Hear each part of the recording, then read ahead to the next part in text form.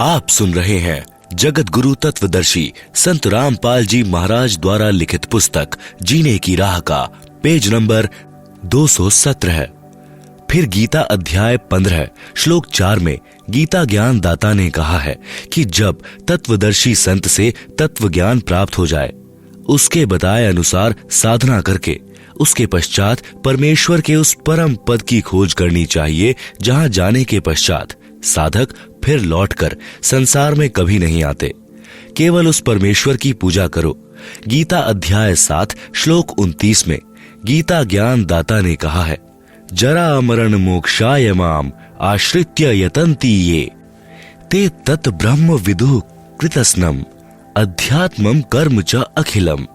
भावार्थ, गीता ज्ञान दाता ने बताया है कि जो मेरे बताए ज्ञान पर आश्रित होकर अर्थात मेरे कहे अनुसार तत्वदर्शी संतों से तत्व ज्ञान जान लेते हैं, जो जरा अर्थात वृद्धावस्था तथा मृत्यु के कष्ट से मोक्ष प्राप्त करने के लिए प्रयत्न करते हैं, संसार की किसी कीमती वस्तु की इच्छा भक्ति के प्रतिफल में नहीं करते हैं, वे यानी तत्व ब्रह्म विदु उस ब्रह्म को, संपूर्ण अध्यात्म को और सर्व कर्मों को जानते हैं।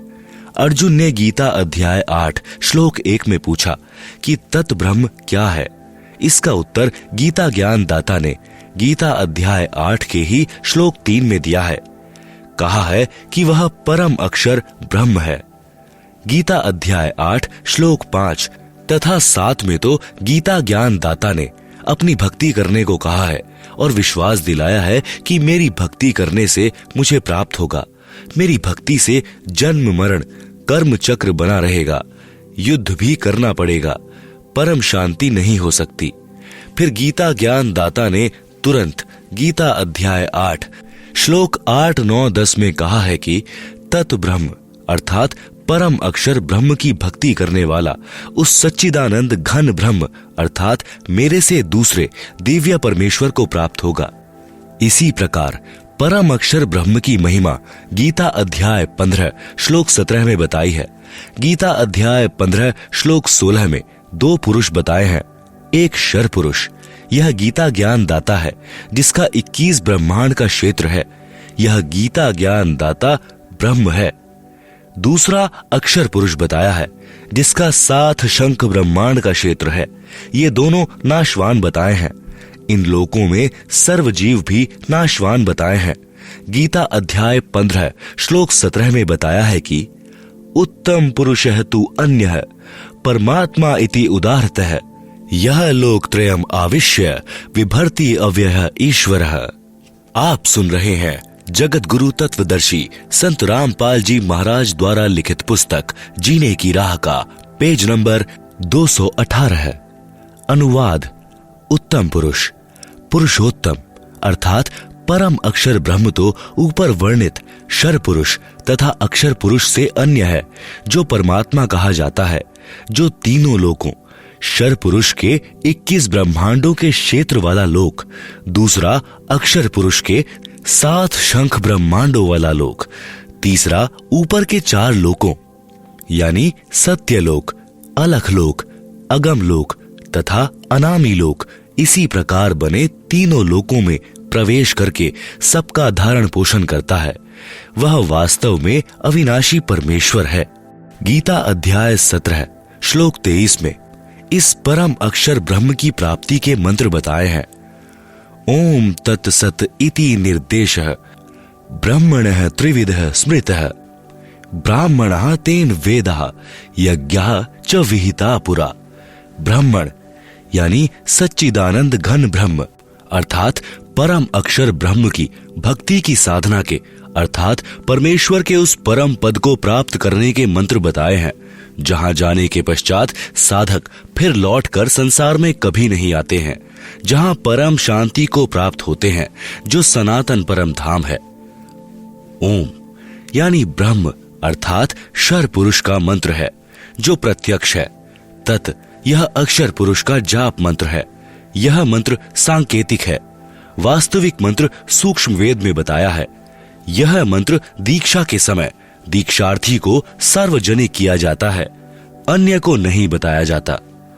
सत यह परम अक्षर पुरुष की साधना का मंत्र है। यह भी सांकेतिक है। दीक्षार्थी को दीक्षा के समय बताया जाता है। यथार्थ मंत्र सूक्ष्म वेद में लिखा है। यही प्रमाण साम वेद के मंत्र संख्या 822 में भी है कि 3 नाम के जाप से पूर्ण मोक्ष प्राप्त होता है।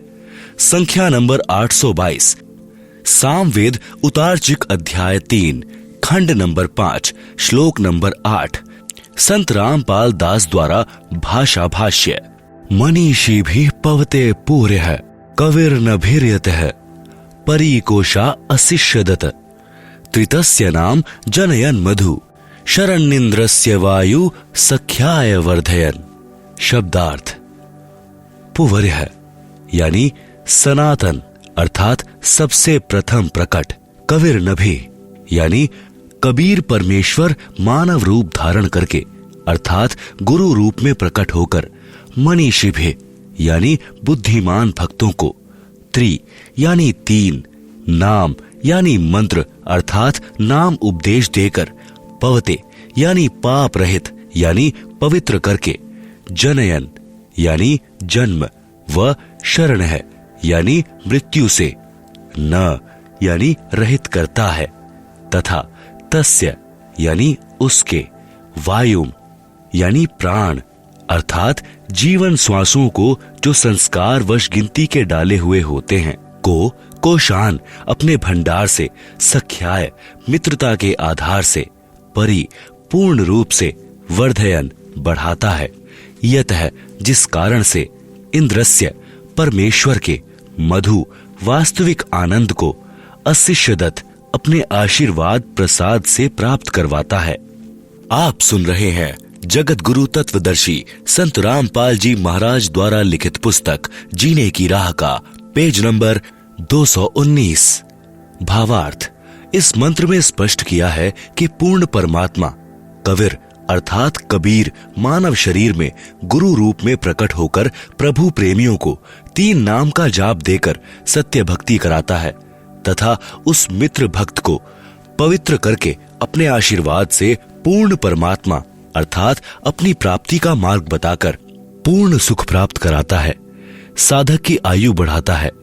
यही प्रमाण गीता अध्याय 17 श्लोक 23 में है कि ओम तत् सत इति निर्देशः ब्रह्मणः त्रिविध स्मृत है। भावार्थ है कि पूर्ण परमात्मा को प्राप्त करने का ओम तत् सत यह मंत्र जाप स्मरण करने का निर्देश है।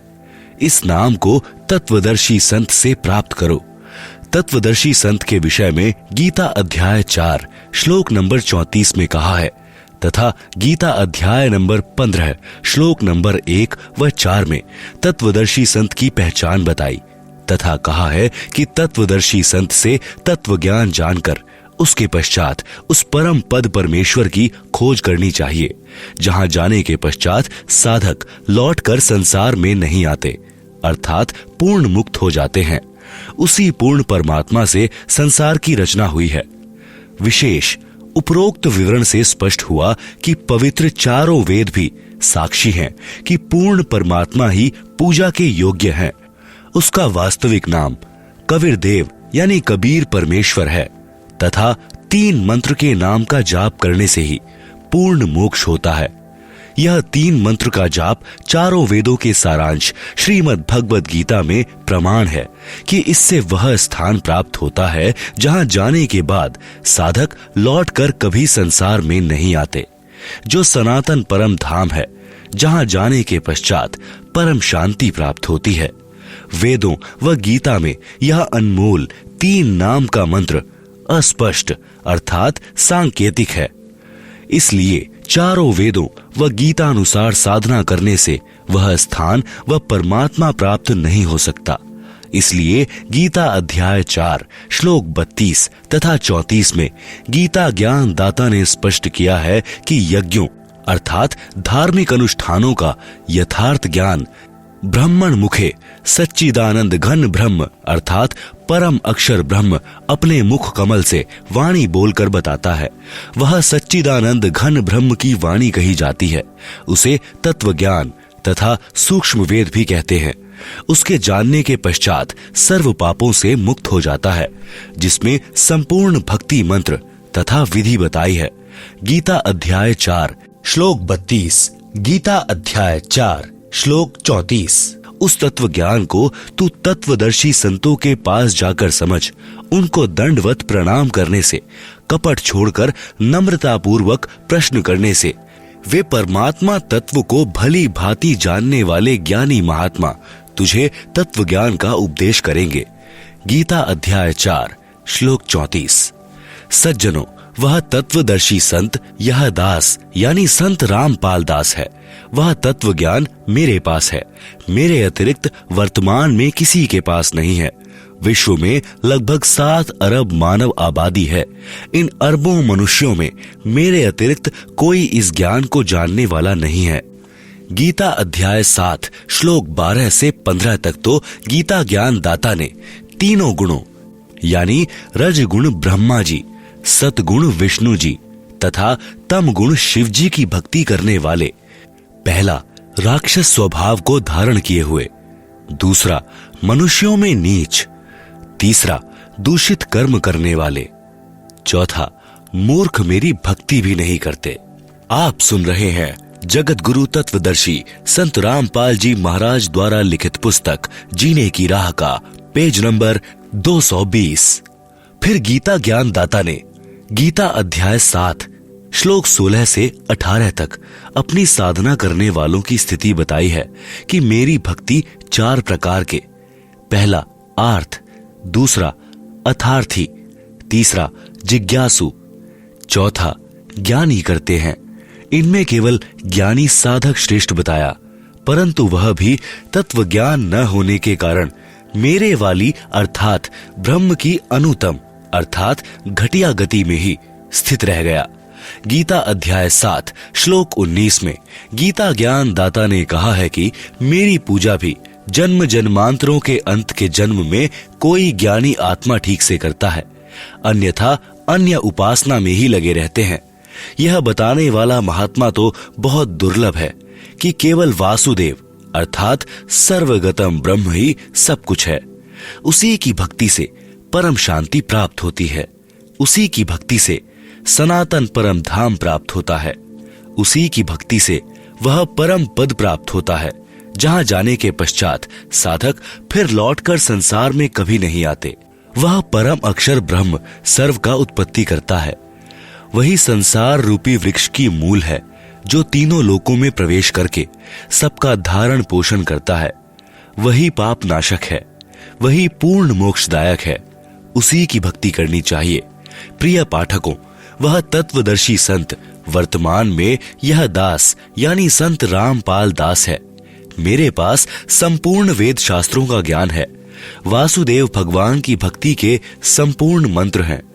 अब वासुदेव की परिभाषा बताते हैं।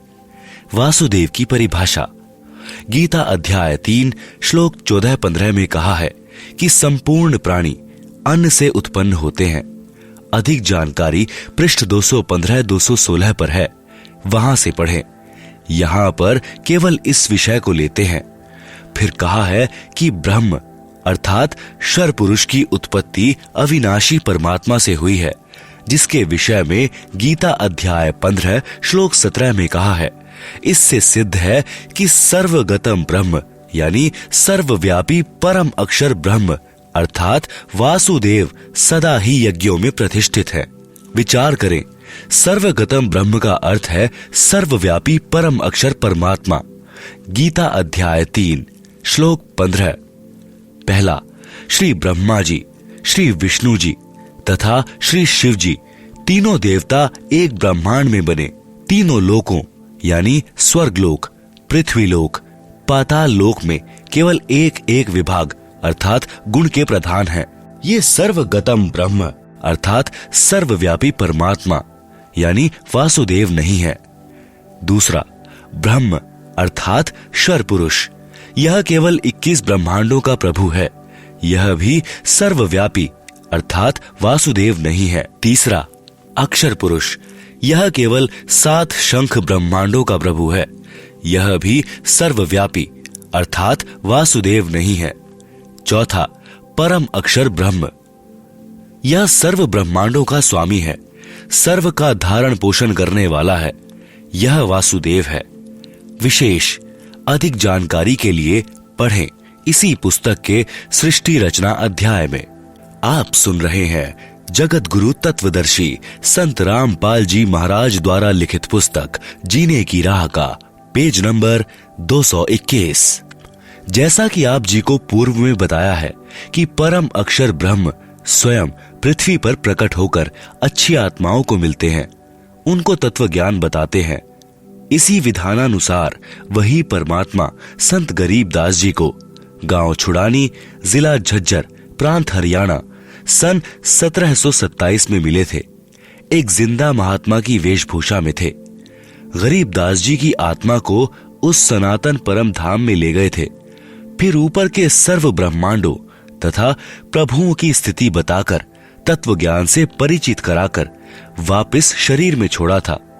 उस समय संत गरीबदास जी की आयु 10 वर्ष थी। उस दिन संत गरीबदास जी को मृत जानकर चिता पर रखकर अंतिम संस्कार की तैयारी कर रहे थे। उसी समय उनकी आत्मा को शरीर में प्रवेश करा दिया। जीवित होने पर सर्वकुल के लोगों की खुशी का ठिकाना नहीं रहा। उसके पश्चात संत गरीबदास जी ने एक अनमोल ग्रंथ की रचना की। उसमें आंखों देखा तथा स्वयं परमात्मा द्वारा बताए ज्ञान को बताया, जो एक गोपाल दास नामक दादूपंथी साधु ने लिखा था, जो वर्तमान में प्रिंट करा रखा है। पंजाब प्रांत में लुधियाना शहर के पास एक वासियर गांव है। उसमें एक प्रभु प्रेमी व्यक्ति राम राय उर्फ झूमकरा रहता था। उसने संत गरीबदास जी की महिमा सुनी तो दर्शनार्थ गांव छुड़ानी में चला आया। संत गरीबदास जी ने यह ज्ञान सुनाया, जो इस दास यानी संत रामपाल दास को संत गरीबदास से प्राप्त हुआ है, जो आप जी को इस पुस्तक तथा अन्य पुस्तकों के द्वारा सुनाया है। उस राम राय ने प्रश्न किया कि हे महात्मा जी, यह ज्ञान तो आज तक किसी ने नहीं बताया। संत गरीबदास जी ने वाणी के द्वारा बताया, कोटियों मध्य कोई नहीं, राई झूम करा, अरबों में कोई गरक सुनो, राई झूम करा। अनुवाद व भावार्थ। संत गरीबदास जी ने बताया कि यह ज्ञान करोड़ों में किसी के पास नहीं मिलेगा, अरबों में किसी एक के पास मिलेगा। वह संत सर्व ज्ञान संपन्न, संपूर्ण साधना के मंत्रों से गरक अर्थात परिपूर्ण होता है। प्रिय पाठकों, वह संत वर्तमान में बरवाला जिला हिसार वाला है। ज्ञान समझो और लाभ उठाओ। प्रश्न, प्राचीन काल से चली आ रही भक्ति की साधना को आप गलत कैसे कह सकते हो? जैसे तप सर्व ऋषि जन किया करते थे, हम सर्व हिंदू समाज में देख रहे हैं। सब हरे कृष्णा हरे राम, राधे राधे श्याम मिला दे।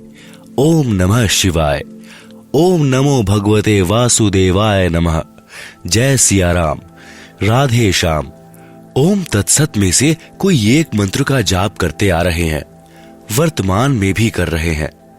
श्री रामचंद्र जी, श्री कृष्ण जी को हम पूर्ण परमात्मा मानते हैं, इसलिए इनके नाम जपते हैं। आप इन नाम जाप मंत्रों को व्यर्थ जाप बताते हैं। स्पष्टीकरण दें। आप सुन रहे हैं जगत गुरु तत्वदर्शी संत रामपाल जी महाराज द्वारा लिखित पुस्तक जीने की राह का पेज नंबर 222। उत्तर, प्राचीन काल में यदि यह साधना होती और ये मंत्र होते तो श्रीमद् भगवद गीता अध्याय 4 श्लोक 1-2 में गीता ज्ञान दाता ये नहीं कहते कि यह योग अर्थात जो भक्ति विधि मैं गीता ज्ञान में बता रहा हूं, अब यह लुप्त प्राय हो गया है, नष्ट हो गया है। यह ज्ञान तथा भक्ति मैंने सूर्य देव से कही थी। फिर मनु ने अपने पुत्र इक्ष्वाकु को कहा। फिर कुछ राज ऋषियों ने जाना। अब बहुत समय से अर्थात द्वापर से बहुत समय पहले से ही लुप्त था तथा मनु, इक्ष्वाकु आदि सर्व सतयुग के प्रथम चरण में हुए थे। यदि आप श्री रामचंद्र जी पुत्र राजा दशरथ तथा श्री कृष्णचंद्र पुत्र श्री वासुदेव को पूर्ण परमात्मा मानते हैं, इसलिए इनके नाम हरे राम हरे कृष्ण आदि आदि जाप करते हैं और इन्हीं से मोक्ष मानते हैं, तो श्रीमद् भगवत गीता में वर्णित यथार्थ प्राचीन योग अर्थात भक्ति की विधि के विपरीत होने से व्यर्थ है। शास्त्र विधि त्याग कर मनमाना आचरण हुआ, जिस कारण से उपरोक्त प्रश्न में लिखे अन्य मंत्र भी शास्त्र प्रमाणित नहीं है, इसलिए व्यर्थ है। गीता अध्याय 16 श्लोक 23-24 में कहा है कि जो पुरुष शास्त्र विधि को त्याग कर मनमाना आचरण करते हैं, उनको न तो सुख प्राप्त होता है, न सिद्धि प्राप्त होती है, न उनकी गति होती है, अर्थात व्यर्थ साधना है। गीता अध्याय 16 श्लोक 23।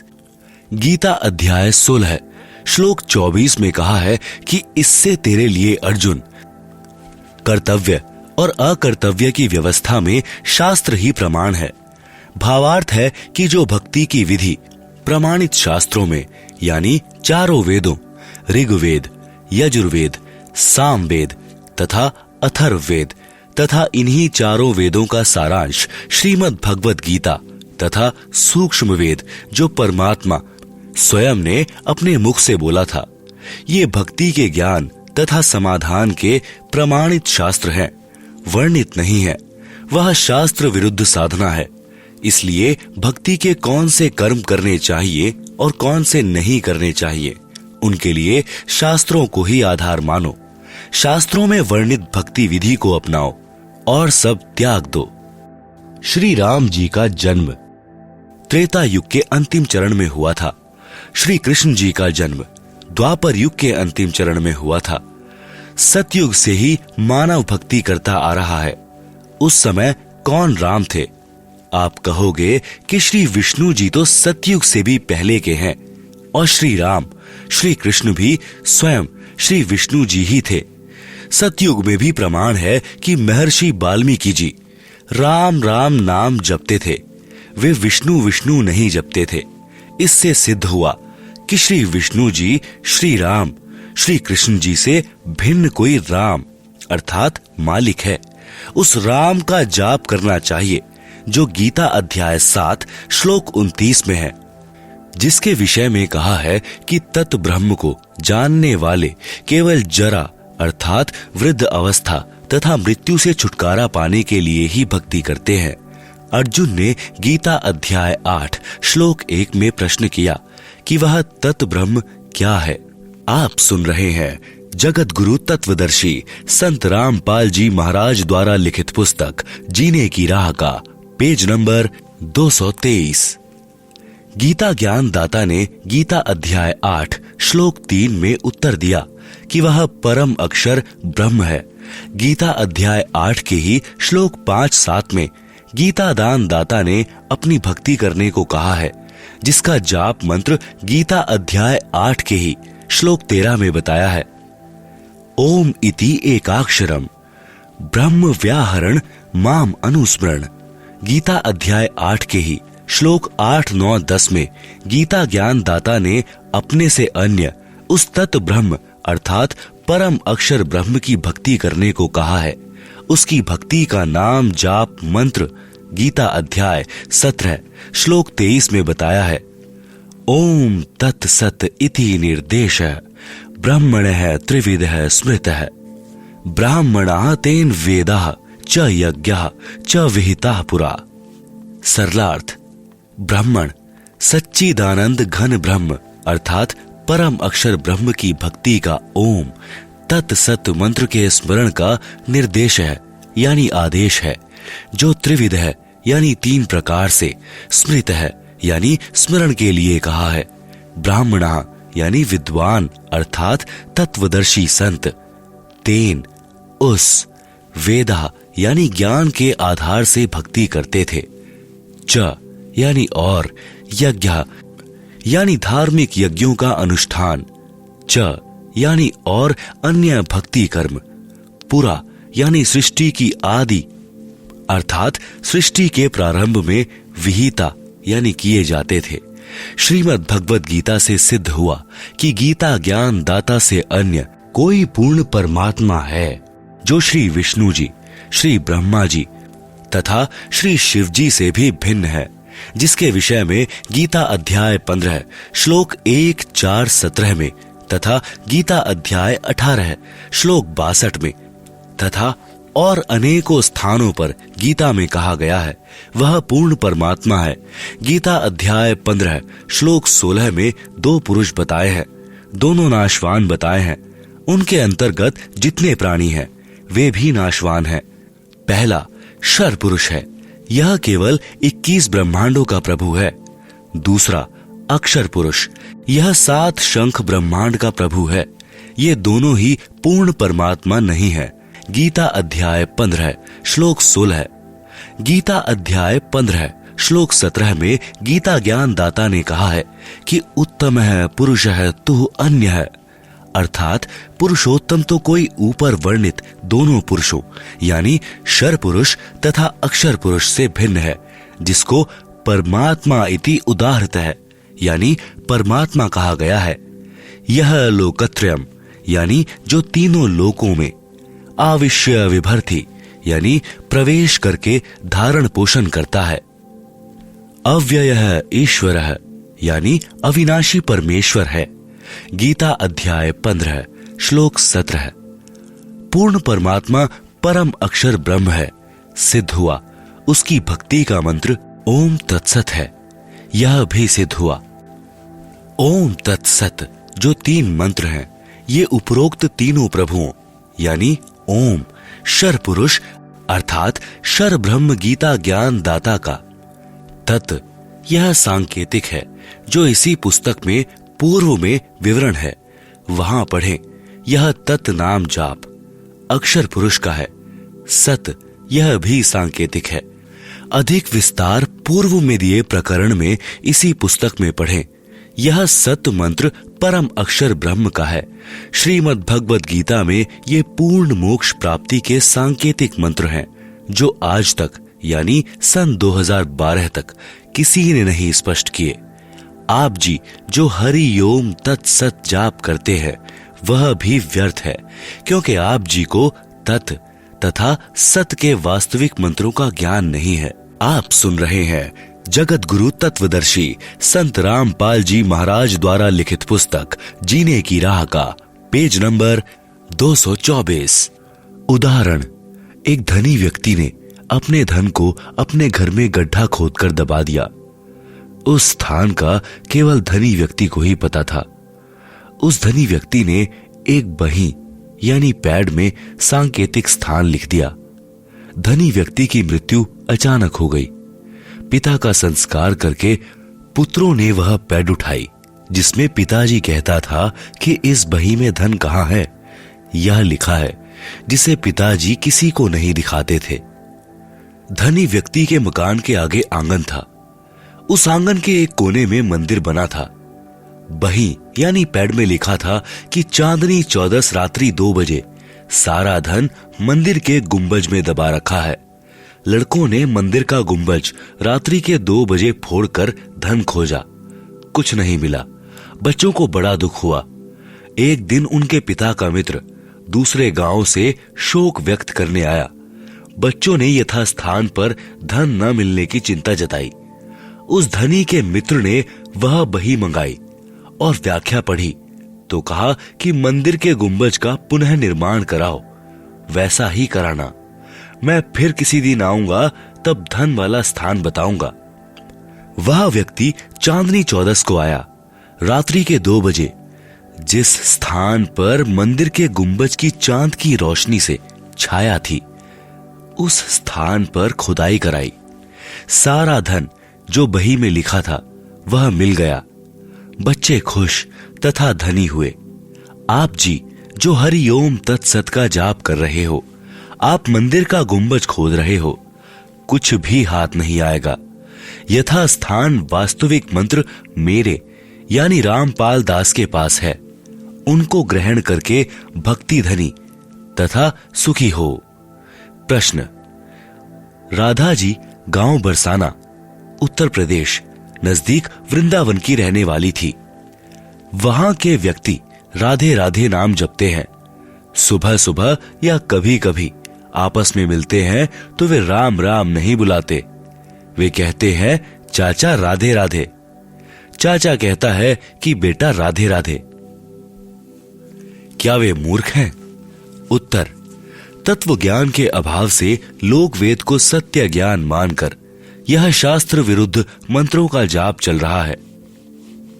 वैसे तो आप जी को पूर्व में स्पष्ट कर ही दिया है कि गीता अध्याय 16 श्लोक 23-24 में कहा है कि जो शास्त्र विधि को त्याग कर मनमाना आचरण करते हैं, अर्थात जो नाम जाप शास्त्रों में नहीं है उनका जाप करते हैं, उनको न सुख प्राप्त होता है, न सिद्धि प्राप्त होती है, न उनकी गति होती है, अर्थात व्यर्थ जाप साधना है।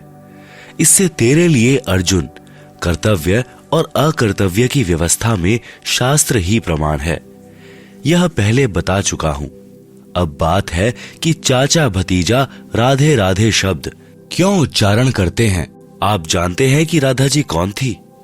राधा भगवान श्री कृष्ण जी की प्रेमिका थी। उस समय बरसाना गांव के व्यक्ति राधा जी को उल्टा, बदचलन, निर्लज आदि आदि विशेषणों से संबोधित करते थे। कहते थे कि यह दूसरे गांव के नंद बाबा के लड़के से छिप छिप कर मिलने जाती है, इसे अपने घर पर भी ना आने देना, बेटियों पर गलत प्रभाव पड़ेगा। श्रीमान जी, अब उसी बरसाना के व्यक्ति राधा जी के लिए स्वयं स्त्री पुरुष युवतियां कहते हैं कि राधे राधे शाम मिला दे। जैसा कि आप जी ने पूर्व के प्रश्न में बताया था कि हम यह नाम भी जाप करते हैं, अब न राधा जी हैं और न श्री कृष्ण जी। अब बड़बड़ा रहे हैं सनीपात के ज्वर के रोगी की तरह, राधे राधे शाम मिला दे। यही स्थिति अन्य मंत्रों की है जो आपने पूर्व प्रश्न में कहे हैं, उनकी जानो, वे भी शास्त्र प्रमाणित न होने से व्यर्थ हैं। आप सुन रहे हैं जगत गुरु तत्वदर्शी संत रामपाल जी महाराज द्वारा लिखित पुस्तक जीने की राह का पेज नंबर 225। अब आपके इस प्रश्न का उत्तर बताता हूं कि चाचा भी कहता है राधे राधे, भतीजा भी कहता है राधे राधे। आपको भी पता है कि राधा जी श्री कृष्ण जी की प्रेमिका थी। आपको यह भी पता है कि जब रुक्मणी जी को श्री कृष्ण जी भगाकर रथ में बैठा कर लाने लगा तो रुक्मणी जी का भाई अपनी बहन को छुड़ाने के लिए घोड़े पर सवार होकर पीछे दौड़ा था। श्री कृष्ण जी ने पहले तो उसे पीटा था, फिर रथ के पीछे बांधकर घसीटा था। रुक्मणी जी भी श्री कृष्ण जी की प्रेमिका थी। उनके बीच में रुक्मणी का भाई आया था। उसकी क्या दशा की थी। श्री कृष्ण जी ने रुक्मणी की प्रार्थना पर रुक्मणी के भाई की जान बख्शी थी।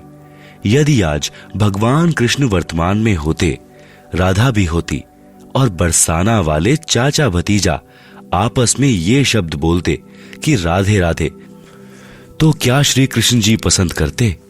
कभी नहीं। चाचा भतीजा दोनों को रथ से बांधकर घसीटते। यदि आप किसी की प्रेमिका का नाम लेकर बड़बड़ाओगे तो प्रेमी के ऊपर कैसी गुजरेगी। यदि ताकतवर होगा तो मुंह फोड़ देगा, कमजोर होगा तो रोएगा, उसकी जान को कोसेगा। क्या वह प्रसन्न होगा? नहीं। इसलिए ये नाम जो शास्त्र प्रमाणित नहीं है, उनका जाप व्यर्थ है। शास्त्र प्रमाणित नाम मेरे पास हैं। आओ और अपना कल्याण कराओ। प्रश्न, आपने प्रश्न यानी पूर्ण गुरु की क्या पहचान है के उत्तर में एक स्थान पर लिखा है कि प्रमाणित हुआ कि ओम नाम का जाप शास्त्र प्रमाणित है। काल ब्रह्म की पूजा करनी चाहिए या नहीं के उत्तर में बहुत सारे ऋषियों की पूजा को शास्त्र विधि त्याग कर मनमाना आचरण कही है जो ओम नाम का जाप करते थे। उत्तर, वे ऋषि जी ओम नाम के जाप के साथ हट करके घोर तप भी करते थे, जिस कारण से उनकी साधना को शास्त्र विरुद्ध कहा है। ओम नाम का जाप शास्त्र प्रमाणित तो है परंतु मोक्षदायक नहीं है, जिससे अनुत्तम गति यानी मुक्ति प्राप्त होती है। इसलिए उन ऋषियों की पूजा विधि शास्त्र विरुद्ध है। वेद तथा गीता में उस पूर्ण परमात्मा की भक्ति करने को कहा है। उसकी भक्ति न करके मनमानी पूजा शास्त्र विरुद्ध है। आप सुन रहे हैं जगत गुरु तत्वदर्शी संत रामपाल जी महाराज द्वारा लिखित पुस्तक जीने की राह का पेज नंबर 226।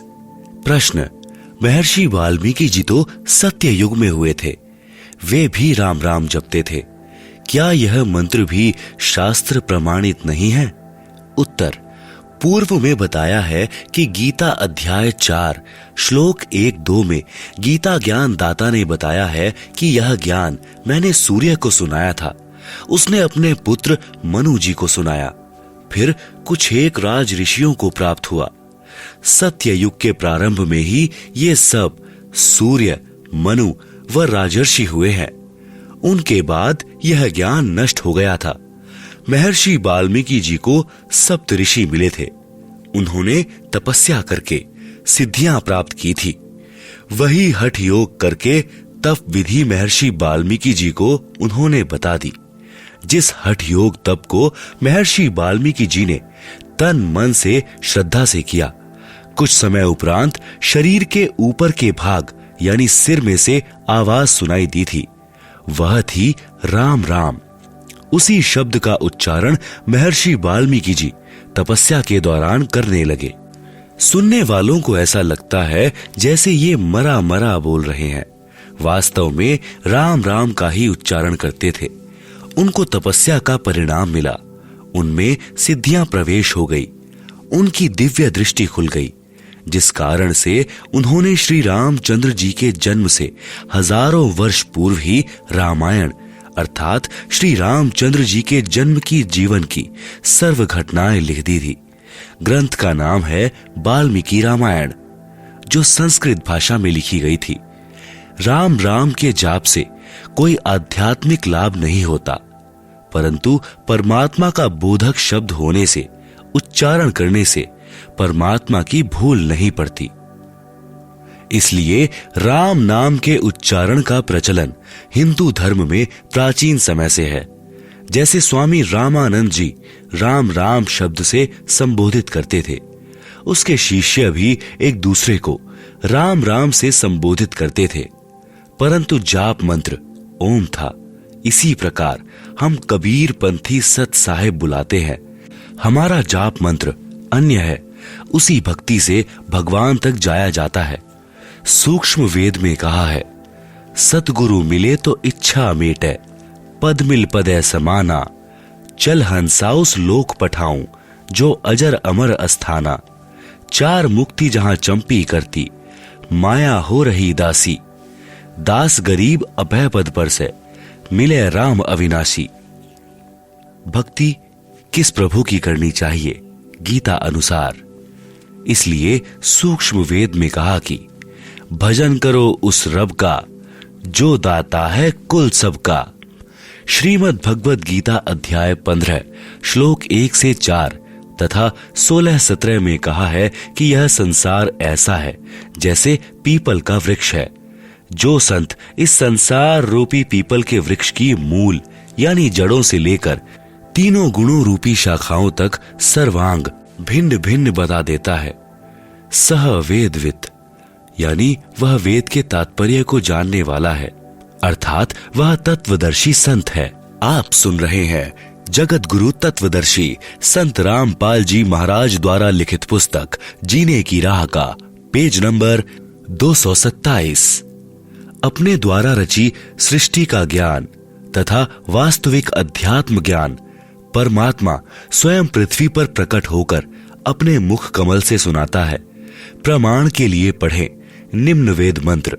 इन मंत्रों की फोटोकॉपी कृपया देखें पुस्तक गीता तेरा ज्ञान अमृत में, जिनका अनुवाद आर्य समाज के प्रवर्तक महर्षि दयानंद तथा उसके अनुयायियों ने किया है। उसकी त्रुटियां लेखक यानी संत रामपाल दास ने शुद्ध की हैं। ऋग्वेद मंडल नंबर 9 सूक्त 86 मंत्र 26-27, ऋग्वेद मंडल नंबर 9 सूक्त 82 मंत्र 1-2, ऋग्वेद मंडल नंबर 9 सूक्त 96 मंत्र 16 से 20, ऋग्वेद मंडल नंबर 9 सूक्त 94 मंत्र 1। ऋग्वेद मंडल नंबर 9 सूक्त 95 मंत्र 2। ऋग्वेद मंडल नंबर 9 सूक्त 54 मंत्र 3। ऋग्वेद मंडल नंबर 9 सूक्त 20 मंत्र 1 में प्रमाण है कि जो सर्व ब्रह्मांडों का रचनाहार, सर्व का पालनहार परमेश्वर है, वह सर्व भुवनों के ऊपर के लोक में बैठा है। ऋग्वेद मंडल नंबर 9 सूक्त 54 मंत्र 3। वह परमात्मा वहां से गति करके अर्थात सशरीर चलकर यहाँ पृथ्वी पर आता है, भक्तों के संकटों का नाश करता है। उसका नाम कबीर देव अर्थात कबीर परमेश्वर है। यहाँ पर अच्छी आत्माओं को मिलता है, उनको तत्व ज्ञान अपने मुख कमल से बोलकर बताता है। वह परमात्मा ऊपर के लोक में बैठा है। ऋग्वेद मंडल नंबर 9 सूक्त 86 मंत्र 26-27, मंडल 82 मंत्र 1-2 तथा मंडल 9 सूक्त 20 मंत्र 1। परमात्मा पृथ्वी पर कवियों की तरह आचरण करता हुआ विचरण करता है। ऋग्वेद मंडल नंबर 9 सूक्त 94 मंत्र 1। परमात्मा अपने मुख से वाणी बोलकर साधकों को भक्ति करने की प्रेरणा करता है। परमात्मा भक्ति के गुप्त मंत्रों का आविष्कार करता है। ऋग्वेद मंडल नंबर 9 सूक्त 95 मंत्र 2। परमात्मा तत्व ज्ञान को कबीर वाणी यानी कबीर वाणी द्वारा लोकोक्तियों, दोहों, चौपाइयों द्वारा बोलकर सुनाता है। वह कबीर देव यानी कबीर परमेश्वर है जो संत रूप में प्रकट होता है। उस परमेश्वर द्वारा ऋषि या संतों द्वारा रची असंख्यों वाणियां जो तत्व ज्ञान है, वे उसके अनुयायियों के लिए अमृत तुल्य आनंददायक होती हैं। वह परमेश्वर प्रसिद्ध कवियों में से भी एक प्रसिद्ध कवि की पदवी भी प्राप्त करते हैं। उनको कवि कहते हैं, परंतु वह परमात्मा होता है। वह परमात्मा तीसरे मुक्ति धाम यानी सत्यलोक में विराजमान है। जैसे मनुष्य अन्य वस्त्र धारण करता है, ऐसे ही वह परमात्मा भिन्न भिन्न रूपों में पृथ्वी पर प्रकट होता है। उपरोक्त ऋग्वेद के मंत्रों से स्पष्ट है कि परमात्मा अपने अमर धाम से चलकर पृथ्वी पर प्रकट होता है। वह अच्छी आत्माओं को मिलता है। वह तत्वदर्शी संत की भूमिका करके तत्व ज्ञान दोहों, चौपाइयों, शब्दों द्वारा बोलता है। उस परमेश्वर ने सन 1398 से 1518 तक 120 वर्ष पृथ्वी पर भारतवर्ष की पावन धरती पर काशी शहर में जुलाहे यानी धानक के रूप में रहकर तत्व ज्ञान बताया था। कबीर साहब कहते हैं, अक्षर पुरुष एक पेड़ है, शर पुरुष वाकी डार, तीनों देवा शाखा है, पात रूप संसार। आप सुन रहे हैं जगत गुरु तत्वदर्शी संत रामपाल जी महाराज द्वारा लिखित पुस्तक जीने की राह का पेज नंबर 228। विशेष कबीर वाणी पुस्तक में एक वाणी ऐसे भी लिखी है, अक्षर पुरुष वृक्ष का तना है, शर पुरुष है डार, त्रय देव शाखा भय, पात जानो संसार। सरलार्थ, वृक्ष का जो हिस्सा पृथ्वी से बाहर दिखाई देता है, उसकी जानकारी बताई है कि वृक्ष का जो तना होता है उसे तो अक्षर पुरुष जाने। तने के ऊपर कई मोटी डार निकलती हैं, उनमें से एक डार को शर पुरुष जाने। फिर उस डार के मानो 3 शाखा निकली हैं। वे तीनों देवता रजगुण ब्रह्मा जी, सतगुण विष्णु जी तथा तमगुण शिव जी जाने, और उन शाखाओं पर लगे पत्ते जीव जंतु जाने। परमेश्वर कबीर जी ने तत्व ज्ञान में सब ज्ञान बताया है। गीता अध्याय 4 श्लोक 32 में भी कहा है कि यज्ञों अर्थात धार्मिक अनुष्ठानों की जानकारी ब्रह्मणः मुखे यानी सच्चिदानंद घन ब्रह्म अर्थात परम अक्षर ब्रह्म ने अपने मुख कमल से बोली, वाणी में विस्तार के साथ कही है। वह तत्व ज्ञान है। गीता अध्याय 4 श्लोक 34 में कहा है कि जो तत्व ज्ञान परमात्मा स्वयं बताता है, उसको उसके कृपा पात्र संत ही समझते हैं। उस तत्व ज्ञान को तू तत्वदर्शी संतों के पास जाकर समझ। उनको दंडवत प्रणाम यानी पृथ्वी पर पेट के बल लंबा लेटकर प्रणाम करके नम्रता पूर्वक प्रश्न करने से वे तत्वदर्शी संत तत्व ज्ञान का उपदेश करेंगे। परमेश्वर ने यह तत्व ज्ञान स्वयं पृथ्वी पर प्रकट होकर बताया था। गीता अध्याय 15 श्लोक 1 में तत्वदर्शी संत की पहचान बताई है। जो संत संसार रूपी वृक्ष को मूल यानी जड़ से लेकर सर्व अंगों को जानता है, वह तत्वदर्शी संत है। अब जाने संसार रूपी वृक्ष के सर्वांग। पहला, मूल यानी जड़। यह परम अक्षर ब्रह्म है जो सबका मालिक है, सबकी उत्पत्ति करता है, सबका धारण पोषण करने वाला है, जिसकी जानकारी गीता अध्याय 8 श्लोक 1 के प्रश्न का उत्तर गीता अध्याय 8 के ही श्लोक 3, 8, 9, 10 तथा 20, 21, 22 में दिया है। उसी का वर्णन गीता अध्याय 15 श्लोक 17 में है। जैसे गीता अध्याय 15 श्लोक 16 में दो पुरुष बताए हैं, एक शर पुरुष, दूसरा अक्षर पुरुष।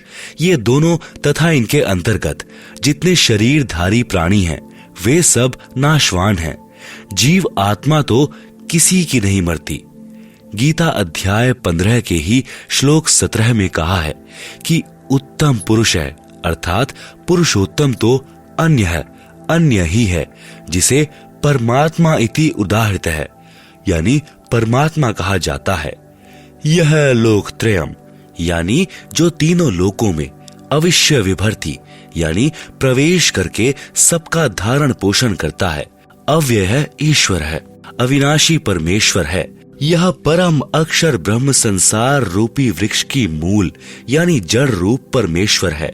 यह वह परमात्मा है जिसके विषय में संत गरीब दास जी ने कहा है, भजन करो उस रब का जो दाता है कुल सब का। आप सुन रहे हैं जगत गुरु तत्वदर्शी संत रामपाल जी महाराज द्वारा लिखित पुस्तक जीने की राह का पेज नंबर 229।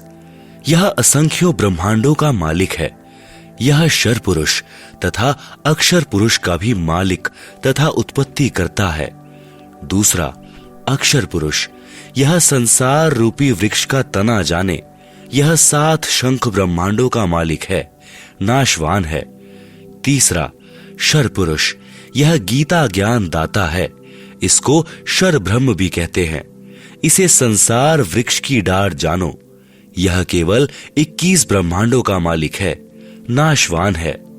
चौथा तीनों देवता, रजगुण ब्रह्मा, सतगुण विष्णु तथा तमगुण शिव, संसार रूपी वृक्ष की 3 शाखाएं। ये एक ब्रह्मांड में बने 3 लोकों यानी पृथ्वी लोक, पाताल लोक तथा स्वर्ग लोक में एक एक विभाग के मंत्री हैं, मालिक हैं। जैसे रजगुण विभाग के श्री ब्रह्मा जी मालिक हैं, जिसके प्रभाव से सर्व प्राणी संतानोत्पत्ति करते हैं। सतगुण विभाग के श्री विष्णु जी मालिक हैं, जिससे एक दूसरे में ममता बनी रहती है, कर्मानुसार सर्व का किया फल देते हैं। तमोगुण विभाग के श्री शंकर जी मालिक हैं, जिसके कारण सर्व का अंत होता है। और पात रूप में संसार के प्राणी जानो, यह है संसार रूपी वृक्ष के सर्वांगों की भिन्न भिन्न जानकारी। यह ज्ञान स्वयं परमेश्वर कबीर जी ने अपने मुख कमल से बोला था। वह कबीर वाणी, कबीर बीजक, कबीर शब्दावली तथा कबीर सागर में श्री धनी धर्मदास यानी बांधवगढ़ वाले द्वारा लिखा गया था। उस परमेश्वर ने तो बताया ही था, या वर्तमान में इस दास यानी संत रामपाल दास ने समझा है। यह कृपा परमेश्वर कबीर जी की ही है कि संपूर्ण अध्यात्म ज्ञान मुझे प्राप्त है। गीता अध्याय 15 श्लोक 1 के अनुसार तत्वदर्शी संत की पहचान से भी यह सिद्ध हुआ कि यह दास यानी संत रामपाल दास वह तत्वदर्शी संत है। आप सुन रहे हैं जगत गुरु तत्वदर्शी संत रामपाल जी महाराज द्वारा लिखित पुस्तक जीने की राह का पेज नंबर 230। गीता अध्याय 15 श्लोक 1 से 4 तथा 16 से 17 का सारांश रूप में ऊपर जड़ नीचे शाखा वाला उल्टा लटका हुआ संसार रूपी वृक्ष का चित्र दिया गया है, जिसे आप पुस्तक में देख सकते हैं। आप सुन रहे हैं जगत गुरु तत्वदर्शी संत रामपाल जी महाराज द्वारा लिखित पुस्तक जीने की राह का पेज नंबर 231। पुनः प्रसंग पर आते हैं कि भजन करो उस रब का जो दाता है कुल सबका। अभी तक तो यही बताया है कि भक्ति करनी चाहिए, परंतु अब यह स्पष्ट करते हैं कि भक्ति किसकी करें। 1 श्री ब्रह्मा जी रजगुण की, या 2 श्री विष्णु जी सतगुण की, या 3 तम गुण श्री शिव जी रूपी तीनों शाखाओं की, या फिर 4 शर पुरुष गीता ज्ञान दाता डार की, या 5 अक्षर पुरुष तना की, या 6 परम अक्षर पुरुष यानी मूल की।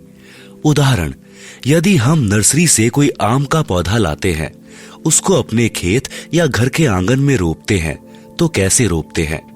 जमीन में गड्ढा खोदते हैं, पौधे की मूल यानी जड़ों को गड्ढे में रखकर मिट्टी से ढक देते हैं।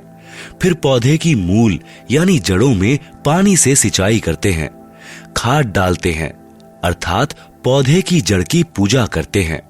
जड़ों से आहार तने में, तना अपने अनुसार आहार रखकर बचा हुआ आगे डार में भेज देता है। डार अपने लिए आवश्यक आहार रखकर शेष शाखाओं में भेज देती है। इसी प्रकार शाखाएं शेष भोजन पत्तों तक भेजती हैं। इस प्रकार वह पौधा पेड़ बनकर फल देता है। पाठक जन बहुत बुद्धिमान है, समझ गए होंगे कि हमने किस परमात्मा की पूजा करनी चाहिए। सूक्ष्म वेद में परमेश्वर कबीर जी ने बताया है कि एक है साधे सब सधे, सब साधे सब जाए, माली सींचे मूल को, फूले फले अदाए। एक मूल मालिक की पूजा करने से सर्व देवताओं की पूजा हो जाती है, जो शास्त्रानुकूल है। जो तीनों देवताओं में से 1 या 2 श्री विष्णु सतगुण तथा श्री शंकर तम गुण की पूजा करते हैं, या तीनों की पूजा इष्ट रूप में करते हैं, तो वह गीता अध्याय 13 श्लोक 10 में वर्णित अव्यभिचारिणी भक्ति न होने से व्यर्थ है। जैसे कोई स्त्री अपने पति के अतिरिक्त अन्य पुरुष से शारीरिक संबंध नहीं करती, वह अव्यभिचारिणी स्त्री है। जो कई पुरुषों से संपर्क करती है, वह व्यभिचारिणी होने से समाज में निंदनीय होती है। वह पति के दिल से उतर जाती है। शास्त्रानुकूल साधना अर्थात सीधा बीजा हुआ भक्ति रूपी पौधे का चित्र इसी पुस्तक के पृष्ठ 232 पर व शास्त्र विरुद्ध साधना अर्थात उल्टा बीजा हुआ भक्ति रूपी पौधा पृष्ठ 233 पर देखें। आप सुन रहे हैं जगत गुरु तत्वदर्शी संत रामपाल जी महाराज द्वारा लिखित पुस्तक जीने की राह का पेज नंबर 232। शास्त्रानुकूल साधना अर्थात सीधा बीजा हुआ भक्ति रूपी पौधे का चित्र दिया गया है, जिसे आप पुस्तक में देख सकते हैं। जगत गुरु तत्वदर्शी संत रामपाल जी महाराज द्वारा लिखित पुस्तक जीने की राह के पेज नंबर 233 में शास्त्र विरुद्ध साधना अर्थात उल्टा बीजा हुआ भक्ति रूपी पौधे का चित्र दिया गया है, जिसे आप पुस्तक में देख सकते हैं।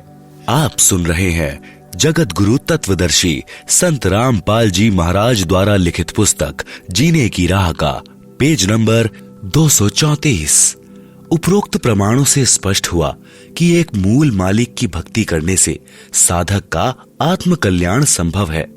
अन्य प्रमाण गीता अध्याय 3 श्लोक 10 से 15 में इसी उपरोक्त भक्ति का समर्थन किया है। गीता अध्याय 3 श्लोक 10 प्रजापति ने अर्थात कुल के मालिक ने सृष्टि के आदि में यज्ञ सहित अर्थात धार्मिक अनुष्ठानों के ज्ञान सहित प्रजाओं को उत्पन्न करके आदेश दिया था कि तुम सब धार्मिक अनुष्ठानों द्वारा वृद्धि को प्राप्त हो। यह यज्ञ अर्थात धार्मिक अनुष्ठान तुम लोगों को इच्छित भोग प्रदान करने वाले हैं। गीता अध्याय 3 श्लोक 10। इस शास्त्रानुकूल धार्मिक अनुष्ठान द्वारा देवताओं यानी संसार रूपी पौधे की शाखाओं को उन्नत करो, अर्थात पूर्ण परमात्मा यानी मूल मालिक को इष्ट मानकर साधना करने से शाखाएं अपने आप उन्नत हो जाती हैं, जैसा कि पूर्व में स्पष्ट हो चुका है। फिर वे देवता शाखाएं बड़ी होकर फल देंगी। तुम लोगों को उन्नत करें, अर्थात जब हम शास्त्रानुकूल साधना करेंगे तो हमारे भक्ति कर्म बनेंगे। कर्मों का फल ये तीनों देवता श्री ब्रह्मा जी, श्री विष्णु जी तथा श्री शिव जी रूपी शाखाएं ही देते हैं। इस प्रकार एक दूसरे को उन्नत करते हुए तुम्हारा कल्याण होगा तथा इससे दूसरे परमात्मा को प्राप्त हो जाओगे। यह ज्ञान गीता ज्ञान दाता बता रहा है। गीता अध्याय 3 श्लोक 11। शास्त्रानुकूल किए गए यज्ञ अर्थात अनुष्ठानों द्वारा बढ़ाए हुए देवता अर्थात संसार रूपी पौधे की शाखाएं तुम लोगों को बिना मांगे ही इच्छित भोग निश्चय ही देते रहेंगे। जैसे पौधे की मूल की सिंचाई करने से पौधा पेड़ बन जाता है, वह शाखाएं फलों से लदपद हो जाती हैं। फिर उस वृक्ष की शाखाएं अपने आप प्रति वर्ष फल देती रहेंगी, यानी आप जी का किया शास्त्रानुकूल भक्ति कर्म का फल जो संचित हो जाता है, उसे यही देवता आपको देते रहेंगे। आप मांगो या ना मांगो। यदि उन देवताओं द्वारा दिया गया आपका कर्म संसार का धन पुनः धर्म में नहीं लगाया तो वह साधक भक्ति का चोर है। वह भविष्य में पुण्य रहित होकर हानि उठाता है। गीता अध्याय 3 श्लोक 12। यज्ञ से बचे हुए अन्न को खाने वाले संत जन सब पापों से मुक्त हो जाते हैं। भावार्थ है कि तत्वदर्शी संत सर्वप्रथम परम अक्षर ब्रह्म को भोग लगाकर फिर बचे हुए भोजन को सर्व भक्तों में वितरित करता है। यह पहचान है सत्य साधना की। तो वह संत सर्व भक्ति मंत्र भी शास्त्रानुकूल देता है, जिस कारण से साधक सर्व पापों से मुक्त होकर सत्य लोक में चला जाता है। और जो पापी लोग शास्त्र विधि अनुसार धार्मिक क्रियाएं नहीं करते या धर्म नहीं करते, केवल अपने शरीर पोषण के लिए अन्न पकाते हैं, वे तो पाप को ही खाते हैं। गीता अध्याय 3 श्लोक 13। संपूर्ण प्राणी अन्न से उत्पन्न होते हैं, अर्थात अन्न खाने से शरीर में संतानोत्पत्ति का पदार्थ बनता है, जिससे सर्व प्राणियों की उत्पत्ति होती है। अन्न की उत्पत्ति वृष्टि से होती है। वर्षा शास्त्र विधि अनुसार किए गए यज्ञ अर्थात धार्मिक अनुष्ठान से होती है। यज्ञ अर्थात धार्मिक अनुष्ठान शास्त्रों में वर्णित विधि से किए जाते हैं। कर्म को ब्रह्म अर्थात शर पुरुष से उत्पन्न हुए जान, क्योंकि हम ब्रह्म यानी काल के लोक में आए हैं, तो हमको कर्म करके ही सब प्राप्त होता है। जब हम सत्य लोक में थे तब बिना कर्म किए सब प्राप्त था। इसलिए कहा है कि कर्म को ब्रह्म यानी काल से उत्पन्न जान तथा ब्रह्म यानी काल की उत्पत्ति अविनाशी परमात्मा से हुई, जिसका वर्णन गीता अध्याय 15 श्लोक 17 में है तथा सृष्टि रचना अध्याय में पढ़ें।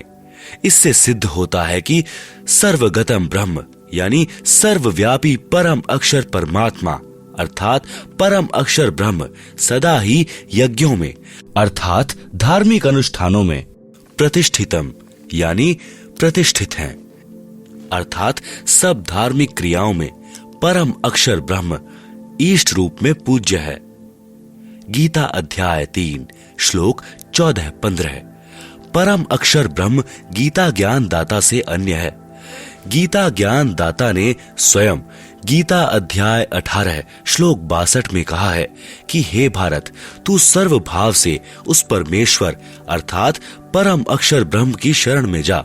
उस परमेश्वर की कृपा से ही तू परम शांति को तथा शाश्वत स्थान अर्थात सनातन परम धाम को प्राप्त होगा। गीता अध्याय 15 श्लोक 4 में गीता ज्ञान दाता ने बताया है कि तत्वदर्शी संत मिलने के पश्चात तत्व ज्ञान रूपी शस्त्र द्वारा अज्ञान को काटकर परमेश्वर के उस परम पद की खोज करनी चाहिए, जहां जाने के पश्चात साधक फिर लौटकर कभी संसार में जन्म नहीं लेते, अर्थात उनको सनातन परम धाम प्राप्त हो जाता है, जहां परम शांति है, कोई कष्ट नहीं है, वहां मृत्यु नहीं होती, वहां वृद्धावस्था नहीं होती, किसी पदार्थ का अभाव नहीं है। जिस परमेश्वर से संसार रूपी वृक्ष की प्रवृत्ति विस्तार को प्राप्त हुई है, उसी परमेश्वर की भक्ति करनी चाहिए।